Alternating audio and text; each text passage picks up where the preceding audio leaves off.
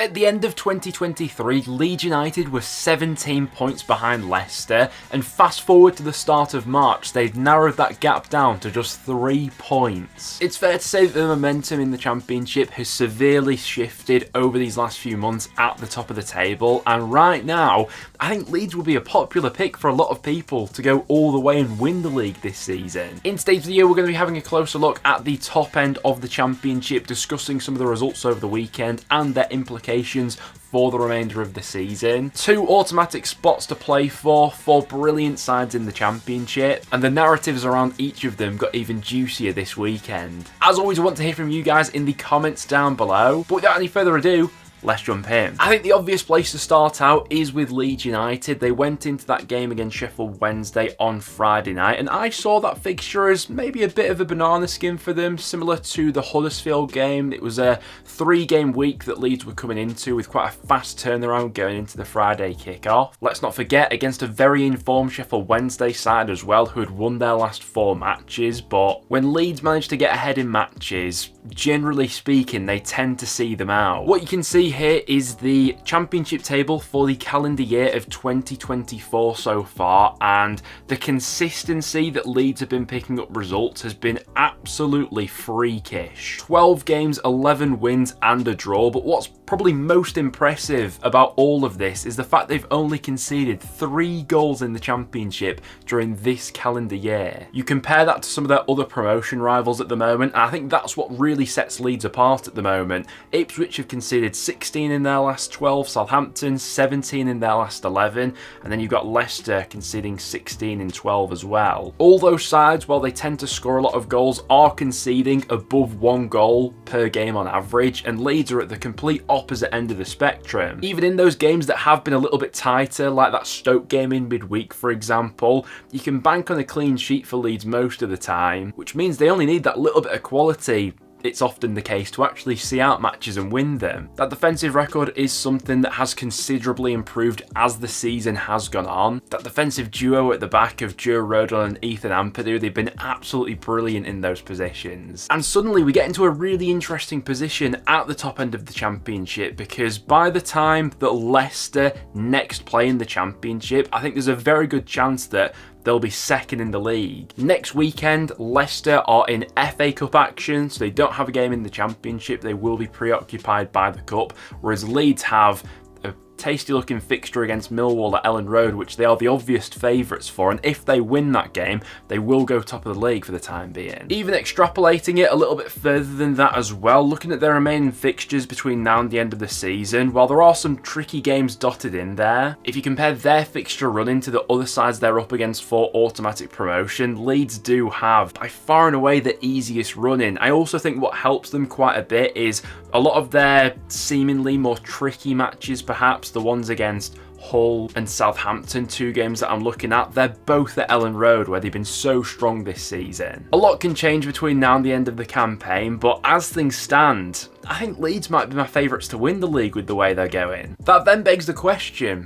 what has happened to Leicester City over these last few weeks? Coming into 2024, they boasted an 11-point lead over 3rd place at the time. Fast forward a few months, and that's now been cut down to just 4 points between themselves and Ipswich, with that side in 3rd at the moment. Of the teams going for automatic promotion, Leicester are on the worst run right now. They've picked up fewer points than any of those sides during this calendar year. Obviously, over the weekend, it was a point against Hull City.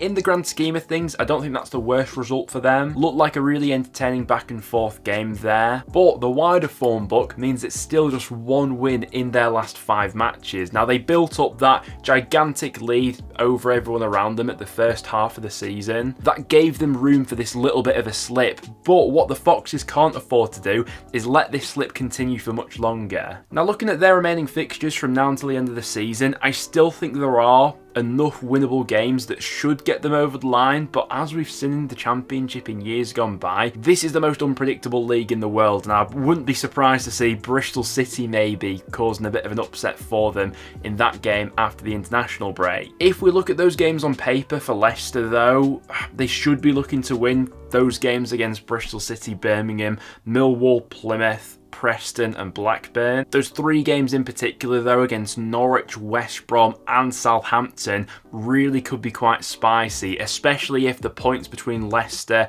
and the teams below them continues to be this tight. During this calendar year, Leicester are currently averaging 1.6 points per game. If they were to average that between now and the end of the season, they'd finish the campaign with 96 points. You'd imagine that would be enough to get them over the line, at least in second place, but that really means they can't afford much of a slip in any of those remaining fixtures. The game against Southampton on the 23rd of April in particular is going to be so feisty at the King Power. What did aid the Foxes this weekend was Ipswich losing, and late on against Cardiff as well. The Tractor Boys thought they'd done it themselves with Kiefer Moore popping up with a late goal, only for Cardiff to go on and turn things around themselves. Reminded me of that result Cardiff picked up at Deepdale earlier in the season when they scored 2 goals past the 90-minute mark to turn it around and win it 2-1. Prior to that game, Ipswich had been on a brilliant run of form, and with the amount of last-minute goals that they themselves have scored this season,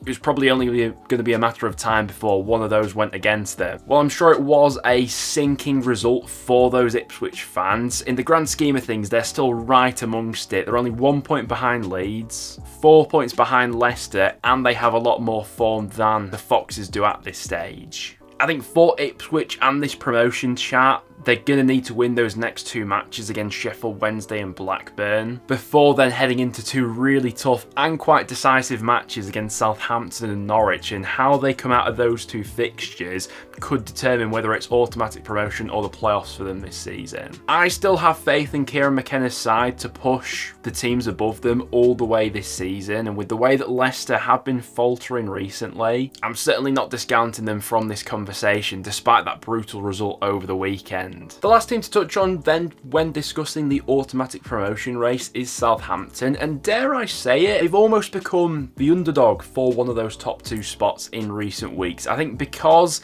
they lost those games in quite quick succession against Bristol City, Hull and Millwall, a lot of people maybe have been quite quick to write them off because of that. Also the fact that they've got less points on the board than the teams above them, but they do have that crucial game in hand against Preston to come as well. Russ Martin's men made it back-to-back wins over the weekend. That's now 8 goals scored in their last 2 games as well. I really wouldn't put it past Southampton to win all of their remaining home matches between now and the end of the season, but what's going to be pivotal for the Saints is their away form, and boy are there some big away matches to come. They still have to play all of Ipswich, Leicester and Leeds United on the road this season. In some ways, because it's Southampton who are making up the ground on the teams above them, you could see it as a positive that they still have those teams to play, as it's almost in their own hands. If they win all those head-to-head matches along with their remaining home fixtures, that probably will be enough to get them over the line. The difficulty is I'm not sure I can see them winning away at Leicester, Leeds and Ipswich in quite quick succession. What's your current feeling on all of this though? Do let me know in the comments. Honestly, if I had to go for a gut feeling call right now, I think that Leeds go on and win the championship from this stage. I think they've got the momentum and fixtures behind them. And then second place is such a tough one to call. My gut feeling does say that Leicester hold on to an automatic promotion spot. Given the precarious situation behind the scenes at Leicester as well, it's absolutely pivotal that they do hold on to a place in the top 2. But I certainly wouldn't blame any Leicester fans that are starting to get a little bit twitchy right now. I do welcome your guys' thoughts on this one in the comments down below. That'll wrap it up for today's video though, guys. Thank you very much for tuning in. A bit of a deeper look into some of those sides at the top of the championship. I would welcome your thoughts in the comments down below. A gut feeling for you, who do you think is making those top 2 spots? Other than that though, guys, thank you very much for tuning in. If you did go on to enjoy, make sure to leave a like, and I'll see you all in the next one.